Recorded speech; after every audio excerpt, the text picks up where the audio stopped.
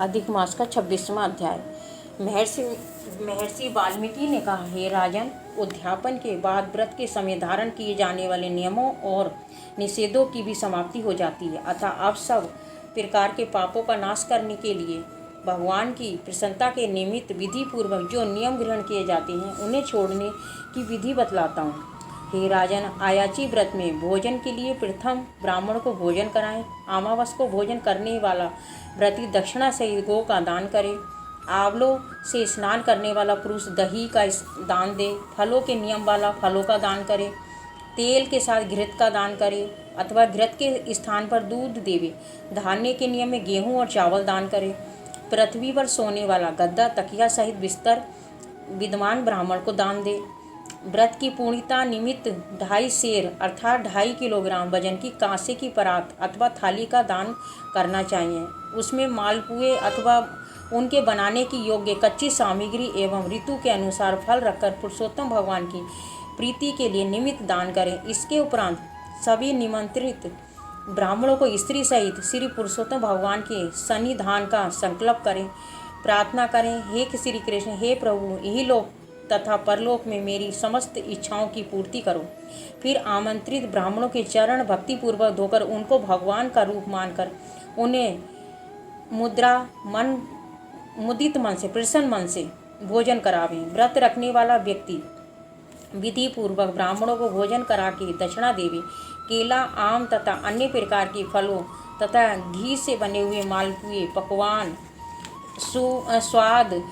सुवादु मतलब स्वाद से बने हुए, उड़द के बड़े, खांड से पके हुए, घृत से बने, घेवर, फेनी, खरबूजे, ककड़ी का साग, अदरक, नींबू के रस से युक्त अन्य साग, पके हुए आम, इस तरह से 6 रसों से संपन्न 4 प्रकार के भोजनों से जो गो घृत से महक रहा हो, विनम्रता से, श्रद्धा से ब्राह्मणों को भोजन करा के पान एवं दक्षिणा देवे। कत्था, चूना, सुपारी, इलायची, लौंग, कस्तूरी, जावित्री आदि से संयुक्त पान जो भगवान को अति प्रिय है, आदर सहित देवे। अर्धांगी सहित उन ब्राह्मणों को संतुष्ट करके सबका समान भाव से सुखदायी रजाई, बिस्तर आदि का भी दान करे। पुरुषोत्तम मास में मौन व्रत का पालन करने वाला व्यक्ति स्वर्ण सहित 1 घंटा तथा तिल दान कर ब्राह्मण संपत्ति को उत्तम भोजन कराए। बाल नाखून न बनवाने वाला का नियम रखने वाला व्यक्ति दर्पण दान दे। जूता छोड़ने वाला जूतों का दान करे। नमक का परित्याग करने वाला विविध प्रकार के रस वाले पदार्थ दान करे। दीपक दान करने वाला पात्र सहित दीपक का दान करे। अधिक मास में भक्तिपूर्वक दीप दान करने का बहुत महत्व है।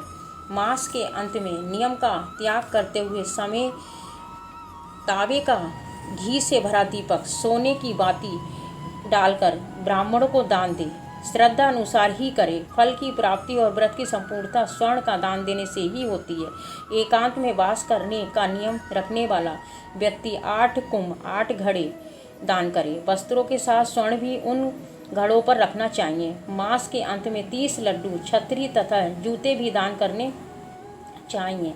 यदि इन सभी वस्तुओं का दान करने की सामर्थ्य ना हो तो यथाशक्ति 1 बैल इस प्रकार दान करे जो भार सहन करने के योग्य हो। इनके साथ अन्न का भी दान करना चाहिए, क्योंकि अन्न से बढ़कर कोई भी वस्तु बड़ी और पवित्र नहीं है। जीवन का आधार अन्न ही है। अन्न से ही मुनि एवं सिद्ध व्यक्ति परम निर्वाण गति को प्राप्त करते हैं। अतः अन्न दान की महिमा अपरंपार है। हे राजन, पुरुषोत्तम मास में जो व्यक्ति केवल रात्रि में ही भोजन करता है वे अगले जन्म में राजा होता है। दिन के प्रातः काल में देवता, मध्याह्न काल में मुनिजन, अपराह्न काल में पितृगण एवं सायं काल में आत्मा का भोजन होता है। जो मनुष्य सब काल से बिताकर भोजन करते हैं उनके ब्रह्मा हत्यादि सभी पापों का शमन होता है। इसी से पूरे दिन निराहार रहकर रात्रि में केवल 1 बार भोजन करने वाले को सर्वाधिक पुण्य की प्राप्ति होती है। अधिक मास में उड़द ना खाने वाला व्यक्ति सब पापों से मुक्त हो जाता है। हे राजन, जो ब्राह्मण होकर कोलू चलाता है वे पर पापात्मा होता है और पेरे गए तिलों की संख्या के बराबर वर्ष तक रौरव नरक में पड़ता है। परंतु अधिक मास की शुक्ल पक्ष तथा कृष्ण पक्ष की एकादशी द्वादशी के दिन उपवास रखने वाला ऐसा व्यक्ति भी गरुड़ पर चढ़कर विष्णु लोक को प्राप्त करता है। द्वादशी के दिन के समय भोजन करके भगवान की प्रसन्नता के लिए भक्तिपूर्वक व्रत करने वाला स्वर्ग को प्राप्त करता है। हे राजन, इस मास में कुश की संज्ञा पर शयन और कुशासन के प्रयोग का विशिष्ट महत्व है। कुशासन का त्याग किसी भी प्रकार न होना चाहिए। कुशा परम पवित्र है, इससे मल मूत्र रुधिर श्लेष्मा आदि कभी न पहुँचना चाहिए। ऐसा करने वाला नरक का कीड़ा बनता है। कुशा के बिना सभी धार्मिक क्रियाएं व्यर्थ रहती हैं। कुशा के मूल में ब्रह्मा, मध्य भाग में जनार्दन तथा अग्र भाग में शंकर का वास है।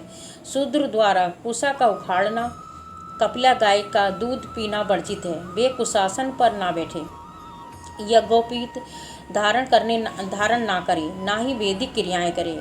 इनके विरुद्ध चलने वाला शूद्र पितरों को लेकर डूबता है, 14 इंद्र होने तक महानरक में पड़ता है। इसके पश्चात वे मुर्गा, सुअर तथा बानर की योनि प्राप्त करता है। शूद्र को ओमकार मंत्र का जाप भी नहीं करना चाहिए।